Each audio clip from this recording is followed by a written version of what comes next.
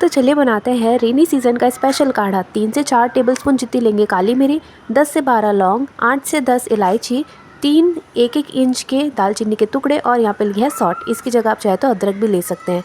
अब इसको डाल देंगे गरम तवे पे। 2 से 3 मिनट के लिए सारी चीज़ों को अच्छे से भून लेंगे। लगातार चलाते हुए भूनेंगे ताकि ये चीज़ें जो है जल नहीं जाए और बाद में इसको ठंडा कर लेंगे। एक बार अच्छे से गर्म हो जाए और फिर बाद में इसको ठंडा कर लेंगे, मिक्सर के जार में डाल देंगे और इसका फाइन पाउडर बना करके तैयार कर लें। अब आप ये पाउडर को जो है लंबे समय तक के लिए स्टोर करके रख सकते हैं। यहाँ पे लेना है 1.5 कप जितना पानी, उसमें ऐड कर देंगे आधी चम्मच जितनी हल्दी, आधी चम्मच जितनी अजवाइन। यहाँ पे ऐड कर देंगे 1 चम्मच जितना ये पाउडर और इसको बॉईल करेंगे तब तक जब तक ये 1 कप जितना ना बचे। आधा कप जो है इसमें से रिड्यूस हो जाए और फिर इसे हम छान लेंगे। तो लीजिए हम